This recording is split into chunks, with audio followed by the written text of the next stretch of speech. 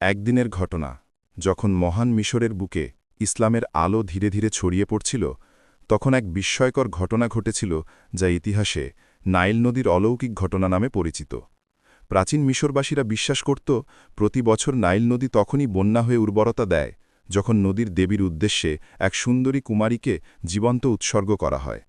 ইসলাম আগমনের পর যখন আমর ইবনুল আস রাজিয়াল্লাহু মিশরের গভর্নর হন, তখন এক বছর নাইল নদী হঠাৎ শুকিয়ে যায়। মানুষ আতঙ্কিত হয়ে তার কাছে এসে বলে, হে আমির, যদি কুমারী উৎসর্গ না করা হয় নদী আর উঠবে না। আমর রাজিয়াল্লাহু বললেন, ইসলামে এমন বর্বর প্রথার কোনো স্থান নেই। তিনি এক পত্র লিখে মদিনায় খলিফা হজরত উমর রাজিয়াল্লাহুর কাছে পাঠালেন। উমর রাজিয়াল্লাহু সেই চিঠি পড়ে আরেকটি পত্র লিখলেন, সেটি নাইল নদীতে নিক্ষেপ করার নির্দেশ দিলেন।